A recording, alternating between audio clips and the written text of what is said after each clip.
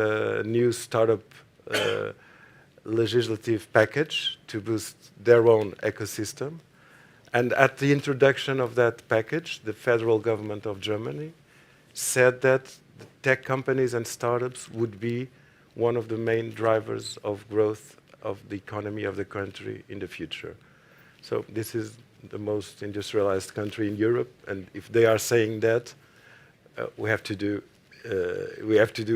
even better, because we don't have their industry, don't have their ability to a capacity to an internal market to build big industries. So for the growth of our economies, we have to bet in this type of companies that are innovative, scalable, that are easy to growth, easy in terms of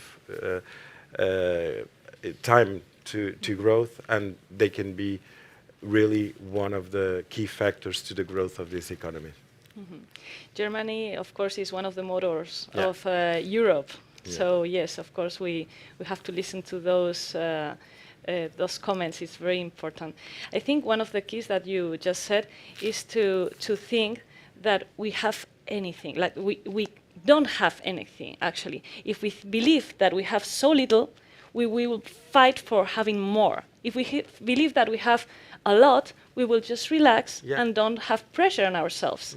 So this is probably the mentality, right? If Portugal thinks, okay, we have to fight because we really need to grow up, it's very much more challenging, right? Very good, very good. Thank you very much. Paula, maybe you can tell us about startups ecosystem in Hong Kong? Happy to, and I would like to link it to the opportunities it's going to give to everybody here in the room. Firstly, in Invest Hong Kong, we also have a Start Me Up Hong Kong team that has been in existence for a number of years, and the ecosystem in Hong Kong has grown relatively quickly. Currently, there are like 3,755 startups. And interestingly, for you to think of, like 35% of those startups have foreign owners, right? So it's quite an international startup ecosystem. If we look at sectors, most of you might know Hong Kong Financial Center, Hong Kong also gateway to China. We often call it China for beginners. And you see that reflected in the startups, because ultimately, what are startups? It's the hot techies who kind of make sure that the traditional sectors keep also improving, right? Because the traditional companies, they might do some innovation in-house. They might do some innovation, corporate venturing with startups, right? So where do we see a lot of startups in Hong Kong? In fintech, in e-commerce, supply chain management, in ICT, in business and professional services. Each of those like between 10 and 12%. But that leaves, quick calculation, around 50 plus. So across sectors, there's a huge variety. That's one. And growth has been solid over time. What has been done to keep that going? There's a yearly Start Me Up Hong Kong festival organized by Invest Hong Kong, but every day is dedicated to a certain topic, to a certain sector, and we rope in other organizations to co-organize with us. Also, what takes place in Hong Kong is RISE. RISE conference is the Asia version of Web Summit. Not as important, not as big, but still. And another event we do in-house is the Hong Kong FinTech Week. So we really try also to kind of attract attention from abroad, right? Who do we see come from abroad? Well, ideally you're innovative and you're all going to say, yeah, of course, duh. Plus scalable, right? And then there's actually a lot of help, because we've tried to build that system to make sure, what are you looking for more than anything? If you go abroad, why would you go abroad to a certain place? Anybody? To get startups. But suppose you're a startup and you want to go there. What is the main reason to go? Clients, cool, exactly. First and foremost, you want markets, you want to grow, right? So then look at the Hong Kong economy. 7.5 million relatively wealthy consumers, right? Who all want the latest, if at all possible. Then there is the, Hong Kong has 5,500 large companies, also has 340,000 SMEs. So clients, plenty. And across the border, even more. And that's where the China for Beginners comes in, right? From Hong Kong, it's a lot easier than from here. A second thing is talent. 5 Hong Kong universities in the top 100 in Asia. So there should be some talent. Funding available. Not always that easy to find, but an accelerator often is the heart to an is the route to an investor's heart, right? Then the startup community, 120 incubators. And quite a lot of associations. So you fall into, or you step into, a community that is welcoming. So what have I said now? I said talent, I said money, I said clients, very important. Also quite a few government support programs. At every step, when you do R&D, there are packages. When you, from Hong Kong, want to conquer other countries in the region, there are packages. When you want to hire people of certain profile. So there is a lot of support on the, in the whole journey. So that's a little bit what we've built.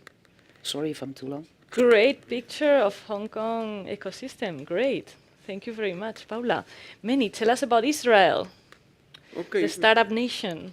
First, one comment. At the beginning, I thought I was going to be in competition with Antonio and with Paula. And now that we are started to move, I feel better because my feeling, maybe I am mistaken, but that our focus is different. I mean, if I understand correctly, Hong Kong, maybe also Portugal, are trying to attract startups. So they move to your countries.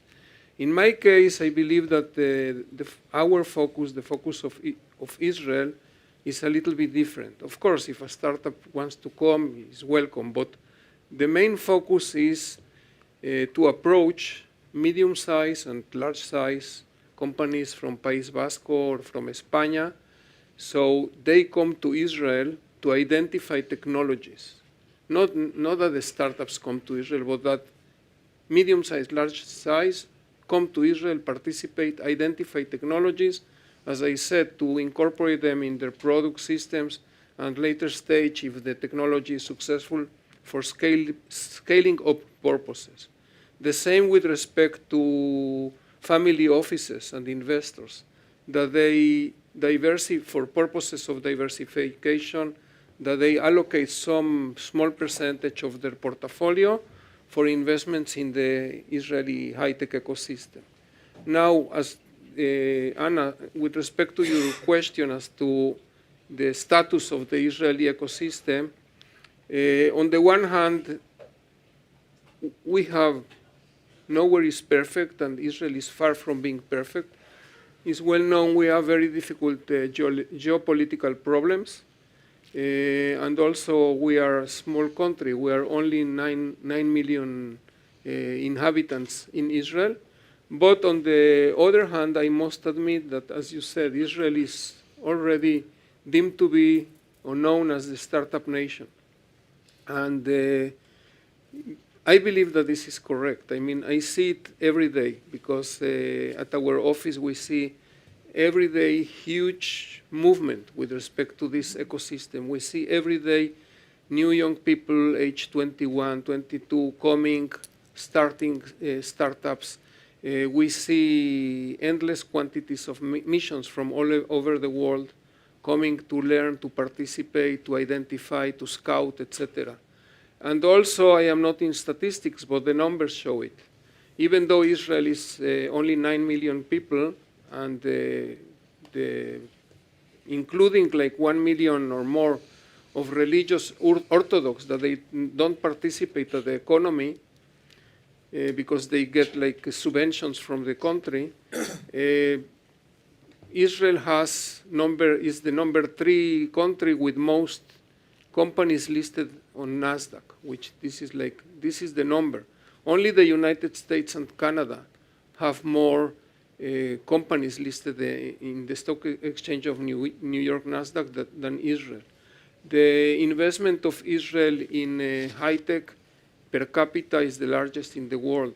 Per capita, Israel has the largest number of engineers in the world. So these numbers speaks for themselves. Now, 2021 was a record year. A record year with respect to exits, with respect to unicorns, and of course, it's venture capital. Many startups fail. Most of the startups fail also in Israel. But this shows that the Israeli high-tech ecosystem is really very strong and very reputable. We have huge participation from multinationals from all over the world. We would like to see more from Spain and the País Vasco, but we have huge participation. This shows that the system is reliable. This shows the importance they see in Israel. Even though these companies have sometimes thousands of engineers or hundreds of engineers, they still know that the Israeli ecosystem is very agile, very flexible, and there are already many products that we are using all over the world that were developed there. So this is why I urge you to consider the possibility. Absolutely, absolutely. It's the same that happens also in Japan, as I believe. They also have to move on very quickly because of the position of the country. Israel, it's a great example for me to get to know. We have to visit Israel, of course, also Hong Kong and Portugal.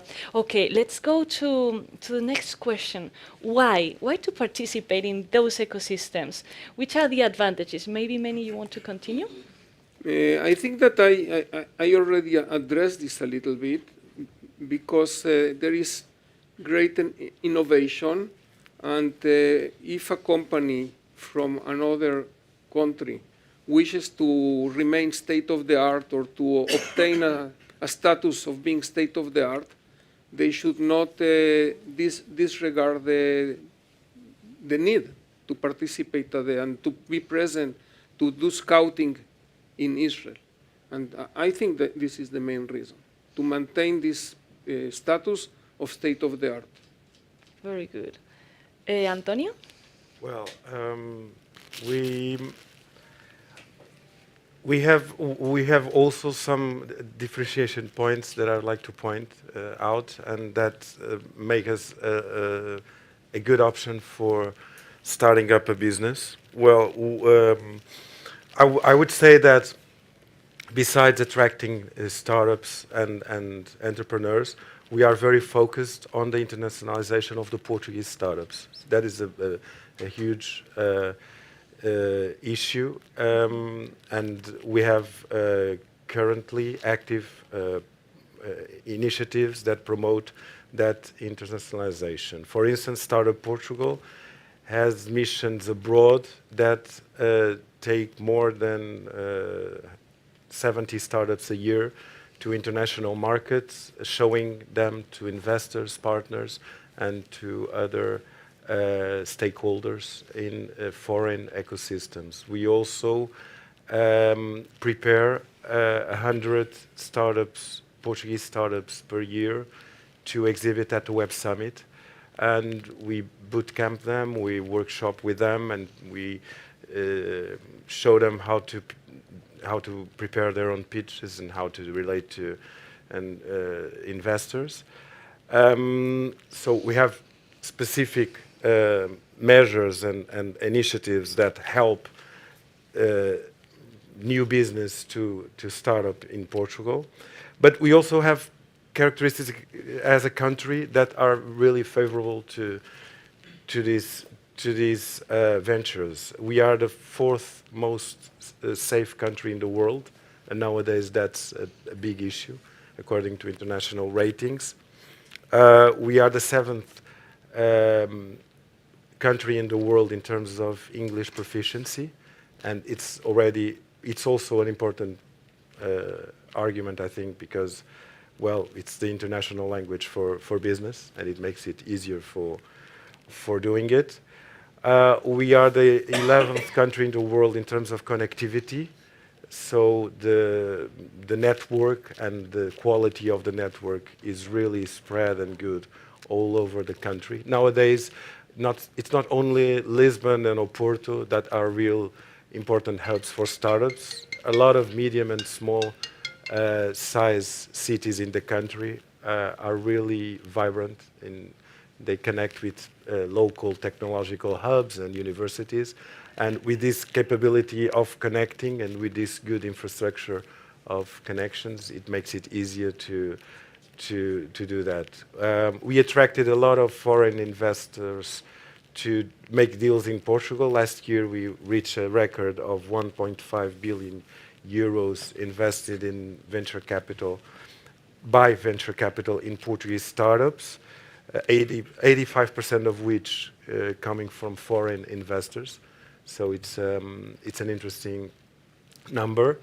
And we are also active in what relates to European policies for startups. That's an important issue. It's an initiative of Portugal since last year.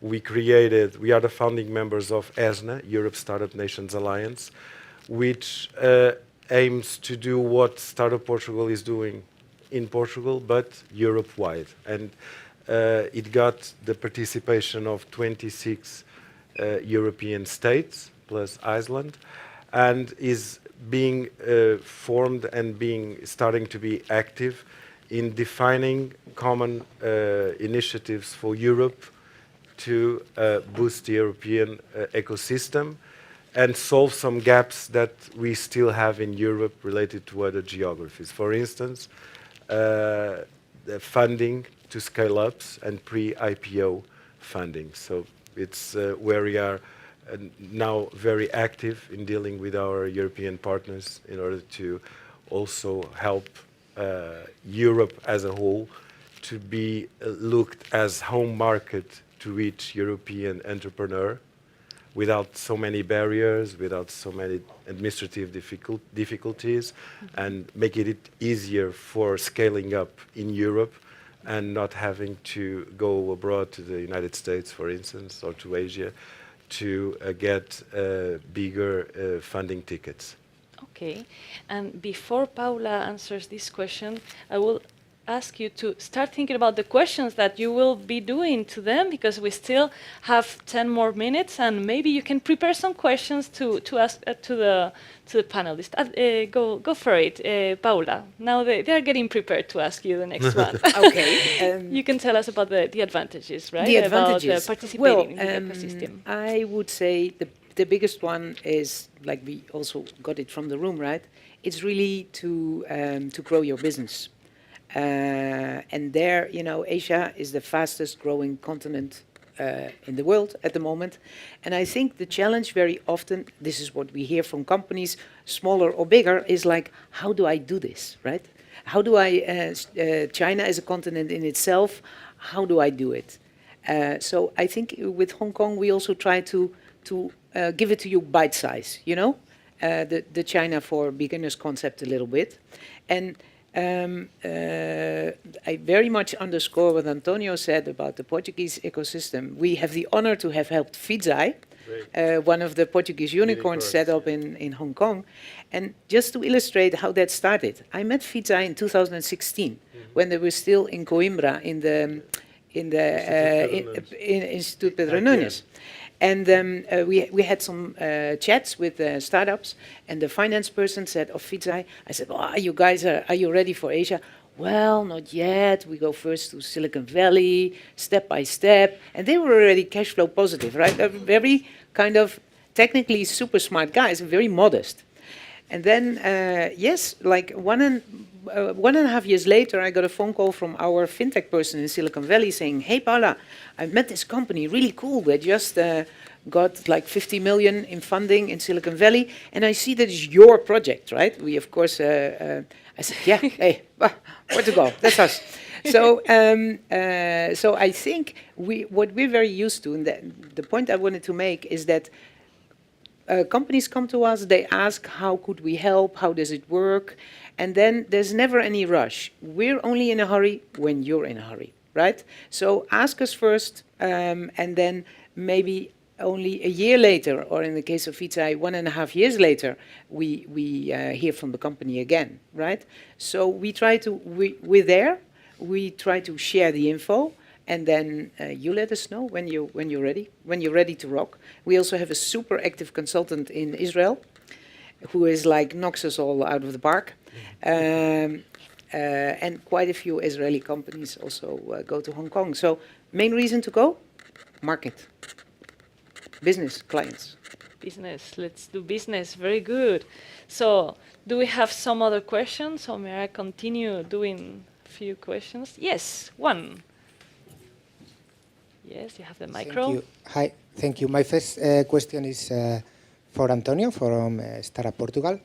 I would like to know a little bit more in detail regarding the digital nomads, which are the most important benefits for them to establish in Portugal. I know that Portugal is positioning itself as a digital nomad friendly country.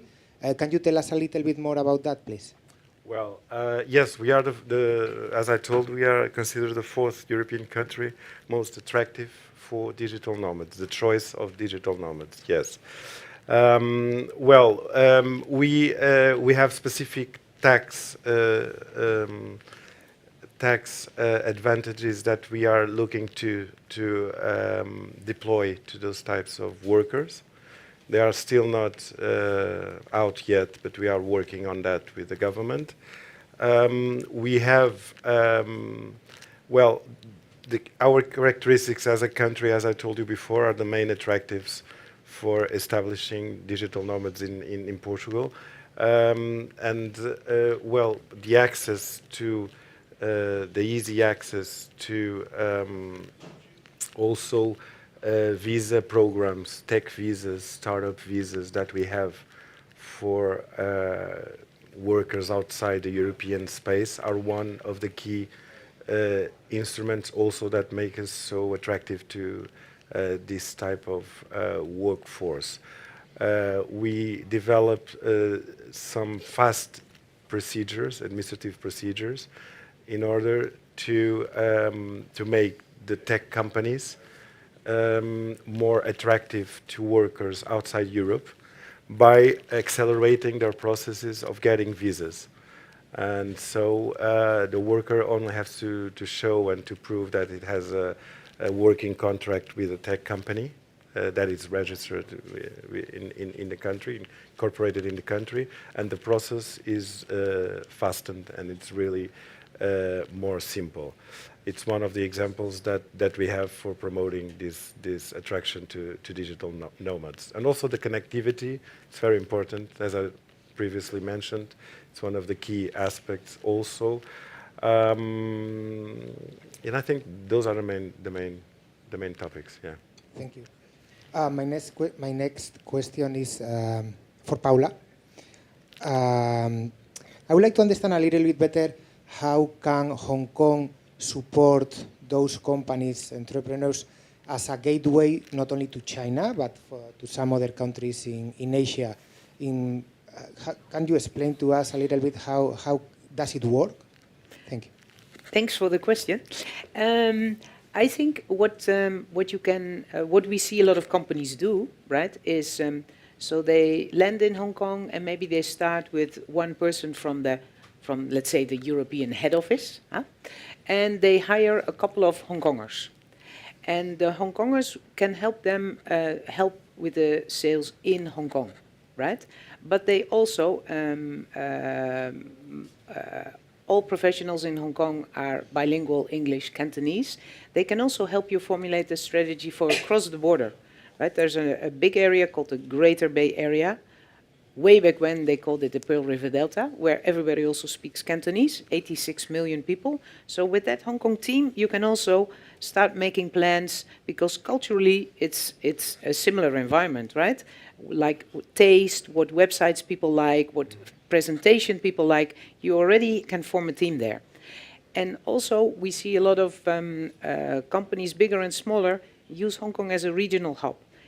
There are quite a few foreigners, so it's easy to hire somebody who speaks Korean, who speaks Japanese, and with such good connections, you can also work on those markets from Hong Kong. And that is infinitely easier than from China, where people need visas, and so that regional, so I would say the professionals who are quite international and have a good background.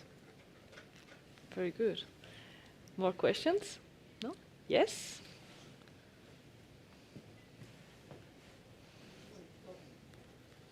Hello. My question is for you, Antonio. Hello. I would like to know about Portugal.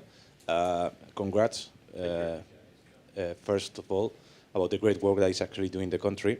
And bearing in mind the importance that the academic institutions are actually having on entrepreneurs, and also how the government and the private sectors will be well aligned in order to attract entrepreneurs into the country, I would like to know which is the strategy followed by Portugal, bearing in mind the great work that you have developed in the upcoming years.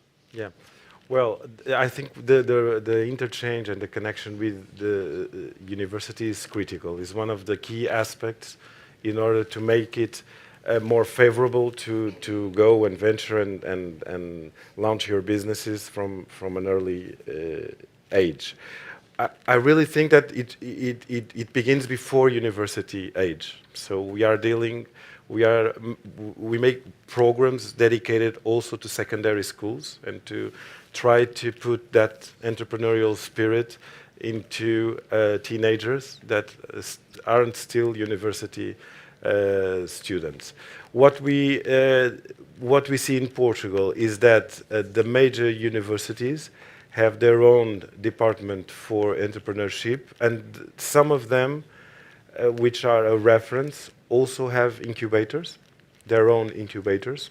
Instituto Pedro Nunes, it's a good example. UPTEC in Oporto, it's another one. They start working from scratch, from the university ages and level, in order to make ideas grow into business. And this is a very relevant approach.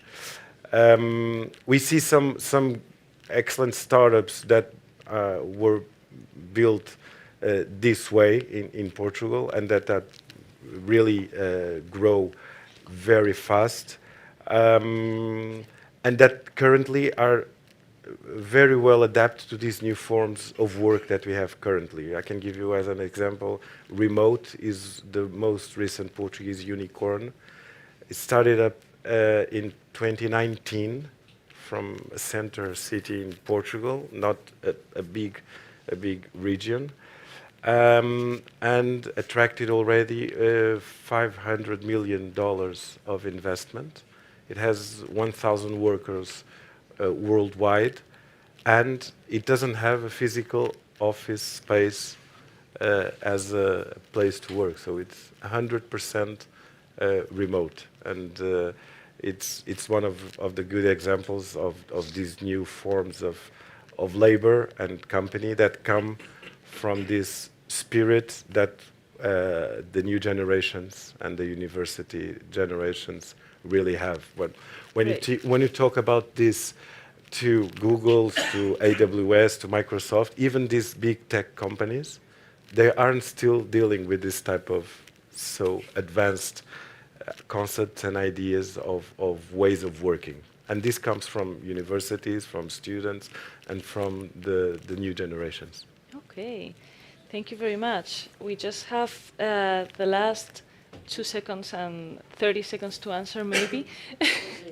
Mani, to me this is very interesting. I mean, I would like to know your views. I mean, when I think about Israel, I think the limited, you said, the geopolitical challenges, the size of the country, the limited resources, and yet it has managed to become one of the most successful startup, as you said, startup nations. But then I see other countries. You're from Mexico. You were born in Mexico. So I was, and many other countries that have tons of resources, corporations, amazing talent, because they do have talent.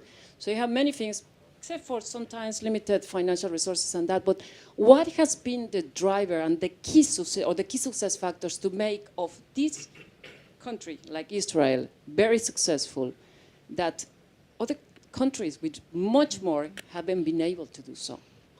From your point of view, your experience being for both countries. I mean, this is the contrast. In 30 seconds, I maybe. will tell you, I think that the short answer is the Jewish mother, because the Jewish mother pushes. In the past, the Jewish mother wishes her son or daughter to be a doctor, a lawyer. Not anymore. Now the Jewish mother pushes their children to be startup, to be in the high tech.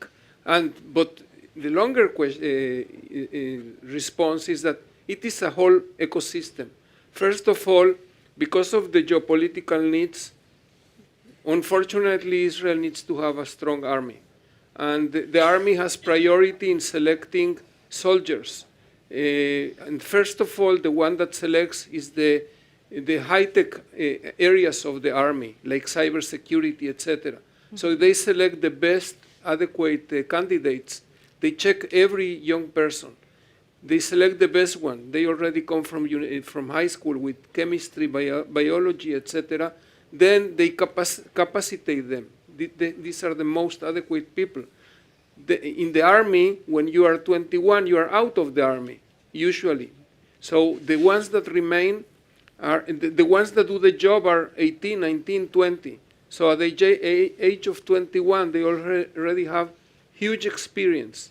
And on top of this, I think that there are some elements that are special to Israel and some that you can copy or that exist in other areas. For example, very good collaboration between public, government, and private investors and academic institutions, like in Portugal. Also in Israel, we have this tradition. This is relatively easy to copy. To give grants by the governments, there is in Israel. But I think one very important element of the Israeli culture that it's difficult to copy is one that there is hierarchy and politeness is not very important in Israel, which in many cases is uncomfortable. If you are waiting online and the other person is unpolite, it's uncomfortable. But in the high-tech ecosystem, it's good not to be polite, not to respect your boss, to come out and say what you have to say. And this is part of the culture for good and for bad. And another element that it exists in Israel, but in Mexico is the opposite. If in Mexico you open a business, let's say a restaurant or a company, and you need to close because it was unsuccessful, in Mexico people will say, he's lazy, he's stupid, don't go to him, don't get close to him. And in Israel it's the opposite. If you open a startup and you fail, okay, people will be a little bit disappointed, but they will say the important is that you learn from the experience. So accepting failure is part of the culture in Israel, and it's a very important element, and it's difficult to copy. Absolutely. Very, absolutely agree with you. Accepting failure is so important to understand what to do in the next step, right? And the next step will be the next panel. I'll just wrap up very quickly. We were talking about accepting the failure, very important. In Hong Kong, is the China for beginners. Absolutely agree with that as well. It's very different from one ecosystem to the other to maybe attract startups or attract investors or attract corporates and other kind of companies to invest in technology. It's very different profiles of ecosystems, let's say. And then how important having funding is available. And also, I would say that there is a very recent concern of the importance of these ecosystems because none of us existed before, like more than 30 years ago. So it's very recent, this concern, this new concern of the importance of the ecosystem. So, well, thank you very much. Great speakers. It has been a great panel. Thank you really, really very much. And let's give them a big applause.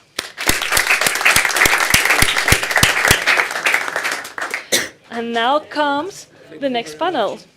Yes, thank you, many.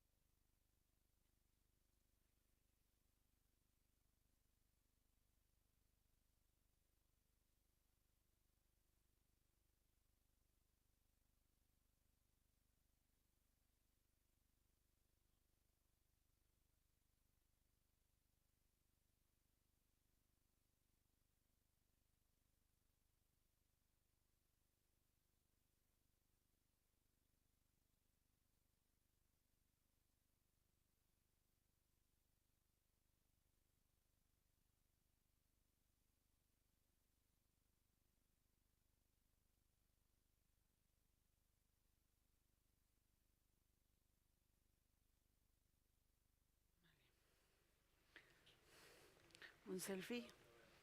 ¿Listos? Listos estamos, ¿eh? Comenzamos con un selfie. Esta conversación. Ay, sorry. I remembered right now that we should switch to English. Okay.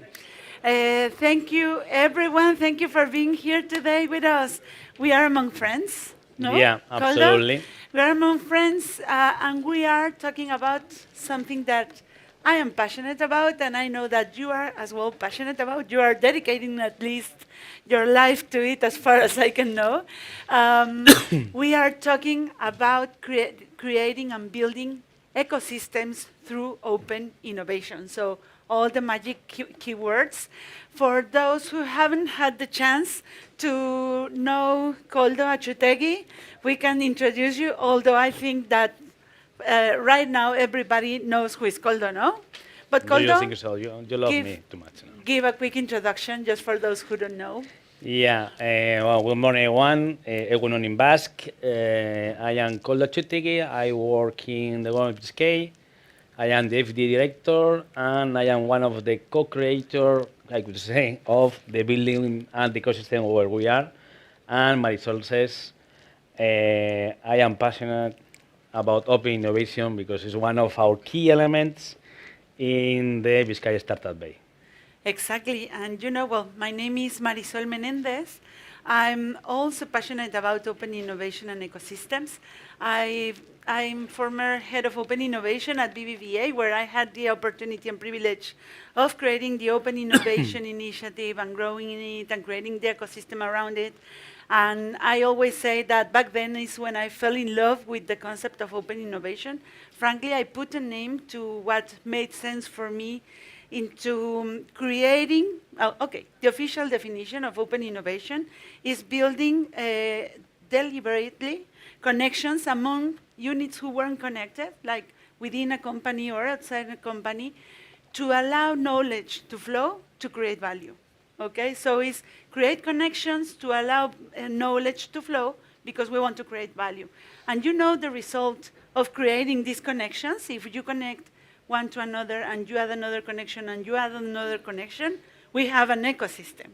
So at the end, we are creating ecosystems through open innovation. I'm a Chief Open Innovation Officer at South Summit. I work also with ecosystems in the Nordics. I'm now also creating ecosystems and orchestrating ecosystems such as Women in Tech Spain, which is an ecosystem of executive women. So I love ecosystems. And you know, my idea around ecosystems is if we are creating this dynamic of sharing knowledge and value, the art is a humanistic art because we are connecting people here, no, Koldo? But there's a process for that. So where do we begin to create ecosystems? What's for you your origin story, like superheroes? I think I am going to come back.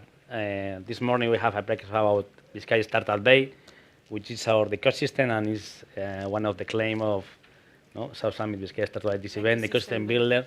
And when we started defining the Biscay Startup Bay, the entrepreneurship strategy of the Biscay region, and we were visiting different ecosystems, it was an incredible year, 2017, traveling around the world. And I remember that the best people, we organize everything around the table because we love having lunch, having dinner.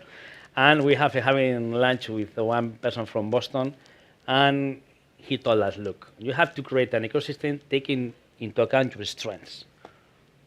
And so we're coming back, I remember that I was with another colleague flying camp to Bilbao and analyzing everything, all the ideas which we have take from this visit and the other visit, and we understood that our strengths as this ecosystem, apart from other strengths, but one of them is corporates, and the other one is taxation. Because I think that during those 2 days has appeared everything, taxes, because we had that power. And we started working in creating this open innovation ecosystem with corporates. Here is Javier from Iberdrola, and is one of our key players in our ecosystem. And we started working with corporates under our common friend Henry Charver, because thanks to Marisol, I met Henry 4 years ago. 4 years ago. Yeah, the father of open innovation. In fact, he's the one who devised this concept we talked before. And we worked to create this as an open innovation city. Yeah, and I remember that, and we try to, using these strengths which you have here, we try to combine to, firstly, working with the corporates. Secondly, trying to implement different tools to work, to helping them in do it, because actually they have to do it. And we have defined 3 different levels of initiatives. One of these, obviously, is taxation and everything related with the 64 article that we have been talking, Javier and I, this morning about 64 article, and we explained it here yesterday. Another was everything related with subsidies. As government of Biscay, we are giving subsidies to corporates to define these open innovation plans and this kind of challenge to the corporates. And thirdly is public finance, in terms that we have here one vehicle, a very modest vehicle, seed capital, is a venture capital fund, and if one corporate for our territory has the, well, not, I would say that is going to invest in one startup, we co-invest with them. Because obviously about energy, Repsol and Iberdrola knows than us. So the idea is to, on 3 different levels, to try to work with the corporates in this open innovation. This is interesting because at the end you're talking, okay, we as a government are creating a structure of incentives. I think that the role of the government is to create the bigger infrastructure so everything Just the framework. The We framework, define the yeah. framework and later the local, But we the need private the player. pieces, no? Yeah. So we need the corporations, and I remember our very first conversations about this is, okay, how do we prepare as corporation to collaborate with others? What happens when we connect with a startup to be able to do that collaboration? For the startups also to be ready to sell to corps, for example, or to raise investment. And of course, there are so many other interesting elements like the research centers, universities. And so I think that one of the wonders of ecosystems is the mix and diversity of all the elements and the layers that are creating over that, you know? And I know now we are ready to open, I think, comments with the audience because, well, I know many of you and you are all dedicating your life to creating all these ecosystems, but I think that we can agree, you know, that of course we need the government or we need this framework that you are talking about to make this work, but also there's this continuous work of each of the actors to prepare within themselves, to create collaborations with others, to activate the startups, to also implement that value that comes into the system. I say that if we see like this as a big organization, so everyone has their own role. No, corporations have the customers, they have relationship with regulators, which are important as well. They have infrastructures and technology. Startups are like the innovation labs of the world because their objective is to create and validate business models that can grow. Investors are injecting the fuel to the system. Then we have universities researching for long-term knowledge. And of course, so many organizations like the ones we visited yesterday researching practicalities and mixing science with reality. And so everything is happening in the ecosystem. I know that we have many good players of the ecosystem. Anyone wants to jump into the conversation? What's your idea? How do we build, create ecosystems through the perspective of open innovation? We have the mic. Yeah, hi everyone. I'm Vanessa Palmer from CaixaBank Day One and the Entrepreneur 21 Awards. So I've been, I was also in the previous session, and they were talking about how, like from the government, or from more like the city or the ecosystem side, they create the ecosystem, but on the perspective, on the other side of the table, we are the corporations, the startups, the investors, and so how are the best practices, no, that you can share about what can a corporate, no, do in order to foster these ecosystems, no, the creation and also the engagement, no, because sometimes what you see and when you are for a long time, no, working with startups and with other players, sometimes it's easy to come to an agreement, no, or to launch an initiative, but to get the engagement of the community along the time, I think that sometimes that's hard. So, and well, I raise it to Koldo, but also, no, to the audience. No? What are you doing, no? So from a private perspective, to boost ecosystems, no, and to launch initiatives that are really long-term and successful, no? This is interesting because you and me talk a lot about this, no?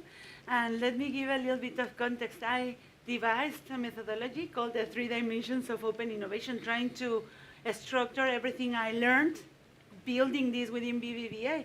And it has like 3 dimensions, it comes in the name, but 3 main elements of that. First, I think that I learned that we need to connect what we are doing to the strategy of the organization, and then connect all the strategies. So one the of strategy, or as we say, if the CEO of the owner exactly. We need to have the doesn't engagement believe from the in head, it, no? I always say that, please, don't do it. Exactly. And that we... Well, sorry, it happens to us. This building exists because when we went to the Governor Biscay with the idea to create this entrepreneurship hub, he told us, okay, let's do it. So an open innovation is the same. I think that happened in your organization. If the CEO of the owner doesn't want to do it or doesn't believe in it, my recommendation always, I have the chance of working with a lot of big corporations because actually our strategy is based on open innovation and corporates, and this is the reason why we decided not to build, but yes, to use this building like a concentrator. And here there are different corporates from different sectors trying to work together. But because the CEOs of each company believes in it. Otherwise, I always say that, So please, don't do it. individually, each of them are integrated, but then also there's an effort, and I think it's not because you're my friend or we're here, but you are really good and those who build the ecosystems are good in understanding the connection among the strategies. So each individually need to be convinced, and then they need to have interaction, strategy level, to what they are doing. So it needs to make sense for you guys as business, as we were talking also yesterday. But then the second thing, we said, we need to be prepared internally as corporations to be able to integrate what and you also do that really great at Caixa, is once we absorb or connect with others, we need to have the right processes and also to report the right KPIs. No, Koldo? That in my, this is that, it's like, it's a very good conversation because we have discussed a lot about it. And we love talking about this is not my opinion, and it's an open discussion, and I would like to know, because it's one of our goals, is how to measure open innovation. How is the methodology you use to measure it? Because if you don't measure, it doesn't exist. And if you measure properly, then you are able to gain the patience of your stakeholders. At the end is, we say that is, how do we demonstrate to those who are supporting the initiative that what we are doing today is creating the future that we envision. And I always put this example is like, if I, Marisol Menendez, was to say, I'm going to running a marathon in 2 years, as I'm today, I would need to begin training or sleeping or a diet or whatever, and I would need to report today that I trained for, I don't know, 500 meters, no? And okay, that's only 500 meters, and I slept well today, but that's part of the training because in 2 years I will run the marathon, no? And that seems small and not relevant in the end. You need to make sure that, okay, the time that you're spending is taking us to that path. So the question for us is, what's that reporting in the middle, and how do we integrate the different layers of the strategy? Not only like the innovation and number of connections that we have, but the business that we activate through that, no? Yeah, Mike here. From my experience, as Koldo said, I work for Iberdrola, no, and we kind of, I would say, we have an ecosystem about what we call smart grids, which is the grids of the electricity grids of the future. No? I think it is a key issue what you mentioned about the strategy and making sure the ecosystem is based, in that case, in a technology or a business that is core for us. And we are absolutely convinced that this is core for the strategy and the business of Iberdrola. That's key, in my opinion. The other thing is to have a place to put together. From my experience, the value that as Iberdrola we give to the ecosystem is mainly the vision that we have, the strategy, the plans, and at the end of the day, making sure the activity of the ecosystem is aligned with our future investment plan, so there will be an opportunity for everybody, but the place and creating the space, you know, for the discussion and for the testing and for the scale-up is important.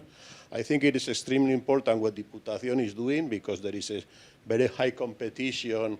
We are present in many countries, and probably in all of them they will say we have all the skills for this technology, for these solutions. So from the public administration to create the right conditions of making sure this is the activities coming here, because the value that we'll create will be very high. And and the last thing is, yes, I would say to embed the activity or the results of the ecosystem into the business as usual. No? So we have huge investments, so making sure that the things that are creating there at the end of the day will mean some money back, no, for the people collaborating. No? I think that's important. Another comment I wanted to make and to open a discussion, it's about the attracting the talent. No? So one of the main concerns that we have is about the talent, how we make sure we are able to engage the future engineers of the company. So I'm missing something, no, about how we can, you mentioned the universities, but I think we need to make an extra effort to make sure that the universities are also a larger part of the ecosystem. No? So that's mainly a question or an idea. We have to continue working on that. No? I absolutely agree.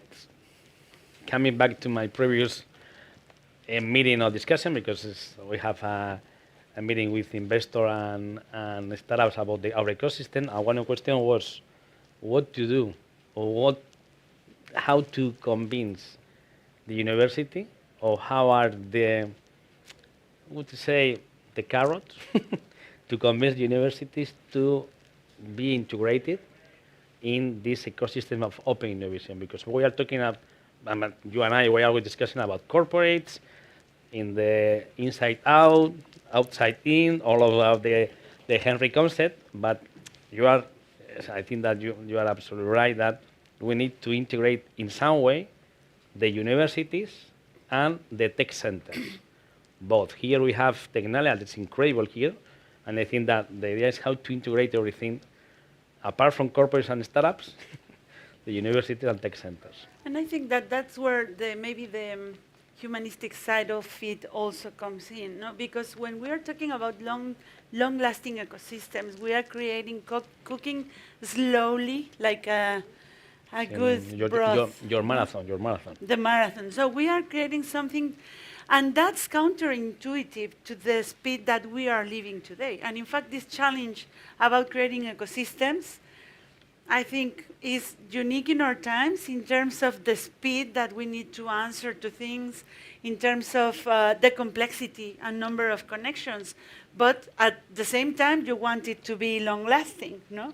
And I think that's connected to the reasons, the motives that we have, the strategies that we have, but also something maybe deeper, like in terms of why a university will be connected here, why would people will be willing to work and to connect here. And we are creating a system of motives, I think, as well. That's part of the long-lasting run, no? And I think that's something that you can never lose from your rearview mirror, because we need to keep building that. And I think here in Bilbao, we managed to do it really nicely because you fall in love with the idea, the ecosystem and everything, but it's something to keep working continuously on. Yes, actually in this building, because when we present the Vizcaya Starlight in this building, the 3 universities which we have in the Basque region has office there. And again, to try to connect to the university, to the corporates, or the university to the startups, because And also, I think closing the gap, no, between the academia and industry.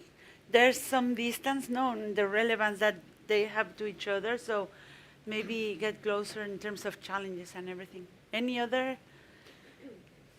Hello, everyone. I'm Silvia Perez from Open Innovation Repsol Tech Lab. Well, as Marisol also knows, I really am most passionate about this open innovation and creating ecosystems. And I also would like to go a little bit deeper in these different speeds and regarding the challenges that we have. From my point of view, one of the main challenge here is the different speed in corporations and the startups, no? And also for the Open Innovation Department, we have also always the frustration that sometimes we'll lose opportunities because of the different speeds that the corporations have. And this is something, these different timings that we have with all of the bureaucracy, with all of the processes that we have in place, sometimes it's also happening to the administration. sometimes. Sometimes. I'm just trying to be. Have to be very polite. No, but in general, for example, in Tech Lab, in Repsol Tech Lab, we try to, for example, launching a platform of proof of concepts, trying to give agility to this process, trying to be in contact with the startups and tech centers and universities in an agile way. And it's also giving us problems with purchasing, legal, and so on. But it still poses a problem. So I would like to also to know your opinion on how, and I understand this building, for example, is trying to approach this problem as well. So trying to establish connections in a rapid way. But in any case, even if you establish the connection, it may take a long time until really a contract or a collaboration or investment succeeds. So I would like to know your opinion on how we try to close the gap of the different timings in administration and corporations with the startups because they sometimes they can die before a real collaboration takes place. No, so I would like to know your opinion on that. My opinion, and knowing that is one of the problems, because I have been in the other side. Now I am here, but I've been in the other side. I think that, and sorry for coming back to the taxation again, but this kind of vehicles like 64 bis article, and perhaps later I want to ask Javier to explain because when we pass these tax breaks, the 64 article, as you say, one of the problems is that the different speed between obviously the startups and the corporate. And the issue is that when you decide not to invest, or when you decide to do the proof of concept with the startups, probably the money which the startup needs, or they don't need because they don't exist, or so try to not to eliminate, to mitigate that gap. We have created this 64 article that for the corporate is very easy. In terms of, okay, you are going to you are going to buy the tax credit of one startup or tech company. I want to talk about them. So it means that for you, you don't have any commitment of buying or any commitment of developing the proof of concept, because actually you are buying a tax credit for one hypothetical or future client or future partner. So it means that you are not committed with them, but at least you have some approach to the tech company. So I think that could be, Javier, you can correct me, but I think that try to mitigate this problem of the speed, or this problem of, have to pass to different levels of your company. In this case, you are buying the tax credit, and the IP belongs to the startup, and you can be like a very, it's a way to try to know if it works or it doesn't work. And I think, so you have these tools, which are maybe specific tools that you can activate Yeah. and also like bridge, no? Like compensate what one has in excess and the other has a scarcity about.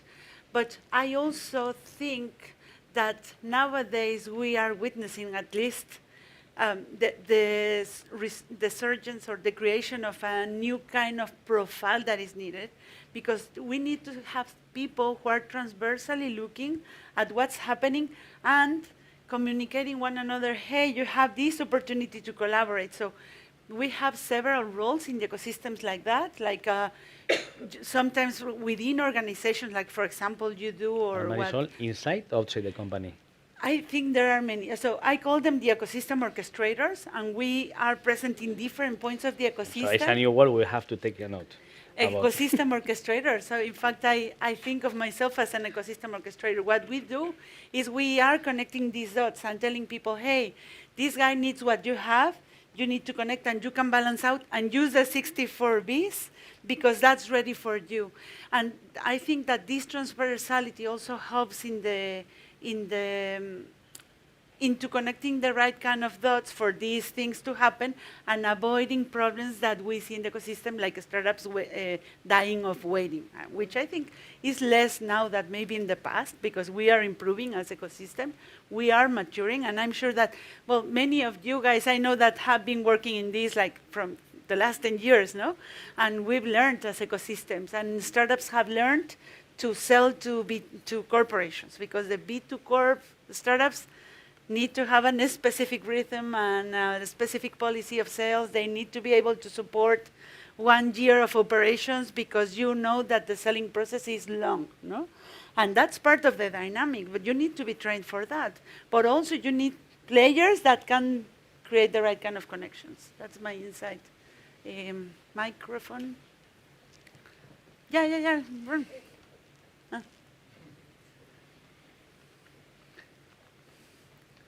Orchestrators. Orchestrators. No. I have not here my pen, but I went to I will remind you. Hello, Jorge Marcos from OpenTop, Valencia Ports Innovation Hub. Just to add a comment, fully agree with both of you and with what you were commenting, Marisol. Just adding that maybe in this process of collaboration between startups and corporates and these different speeds, I think that both of them the startups have to learn to wait and to be patient and to be prepared for this for this long sales cycles and for invoicing process. And on the other side, the corporate has to move faster. And I think that both of them have to work in these directions. And in the end, it's a collateral benefit for the corporate to move faster and to adapt to the speed of the startup and to change the internal culture in order to.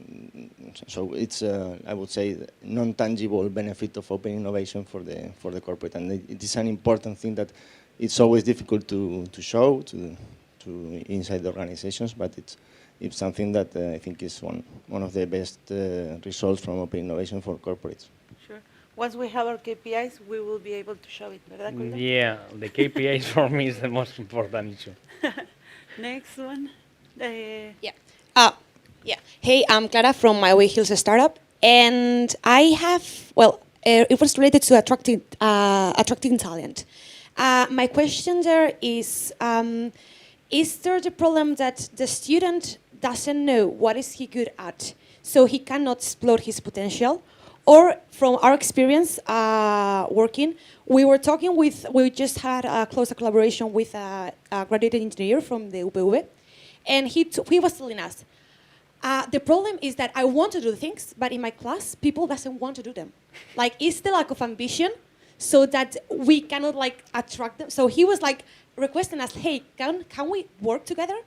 And I was seeing there the problem is that if they don't know what they are good at, so they can actually do it, or if there is lack of ambition, inside the universities, and it's the lack of ambition. It's like not shown, or it's not like teached. You know, like I don't know if Yeah.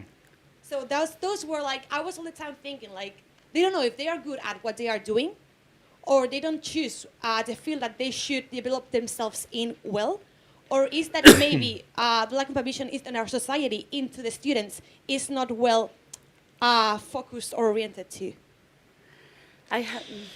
Look, last week I was in Portugal, in Lisbon, in the Web Summit. We were with, Esther and I, we were with, it was the head of Portugal Innovation Agency, and we're talking about universities, and they started to mix people from engineering with people from MBA, because probably there's a lack of. It's because, and you was there doing like, yeah, to mix these two knowledge or these two areas in the same group. So people from the MBA went to the engineering postgraduate to try to work together, because it was one of them had one strength and the other one has another strength. So it was like, because if this is just, yeah, it was just one vertical, but we're always talking, trying to verticalize. And in Portugal, they are trying to mix it. And it was a very good experience, because they told me, I think also like the good thing about ecosystems is because you are actively creating this mix, no? Like, for me, the mantra is multiplayer, multi-country, multi-sector, no? We're creating variety. It has tools to solve all those problems that you were talking, because I'm sure there's a mix, no? And each individual will have a different combination of those problems. If you don't have motivation or motives to do stuff, then you get inspiration about the stories that you are listening, because more things are happening here. You hear about them, and then you discover things that you maybe weren't aware of. Now, you will begin, I'm sure, listening a lot more of what's happening here in the building, and businesses and success stories that we will have, and that I'm sure will inspire people. Second, you will have opportunities, because there's real working here. And third, you will expand your own circle, because it's not only your students, your colleagues. Now you have more people who's coming from outside. please you come to the tower more. No, it's true. Meet with others. No, that's what will create, I think, this incentive, and that's the marvel of what we are doing here. And bring your friends to the tower as well. Come to parties. Yeah. I'm Abraxas from the Startup Factory. Well, I'm going to start asking if this concept of open innovation ecosystems is not an utopia. Utopia. Yeah, and this is why I'm saying this. I think, and I hope we share this definition for innovation. But I think innovation, it's this act of humanity to create value and to get benefits to other humans, in the whole sense of the concept. But there are some barriers that may deviate innovation to other interests in corporates, in enterprises, that the value and the concept of open innovation, it's closed because of this interest and this I don't know how to say this, but this locking of the creation of new products and entering into new markets. So what I'm trying to ask is, how desirable is this competition inside an open innovation ecosystem, the competition between enterprises and corporates? And if this is desirable in some way, what are the actions or strategies that we have to do in order to manage this and to get this into real innovation? Because I think the open innovation ecosystems exist in order to share knowledge, to share technologies, to share markets, to share talent and to develop all of this in the same way. So the question again is how desirable is this competition between enterprises, and what are the actions that we can do in order to manage this and create a real open innovation ecosystem? I can begin. I think maybe it's an utopia. I think that we can say that there's a higher vision of what we want to achieve, and I don't feel that's a bad thing. But also, I think there's this important element that we need to consider, is that innovation and open innovation is not uniform across organizations or across the society. And in my perspective, it doesn't need to be. You don't need to share everything and for free, and we are sisters and brothers jumping across rainbows. I don't think that's about that, no? That you need to find where in your strategy makes sense to collaborate and where it doesn't. It's okay, it's okay. It's not uniform. It's a perfect system of human dynamics, and that makes it, like, I think, a contextual game. That's why we need orchestrators, by the way, one of the reasons.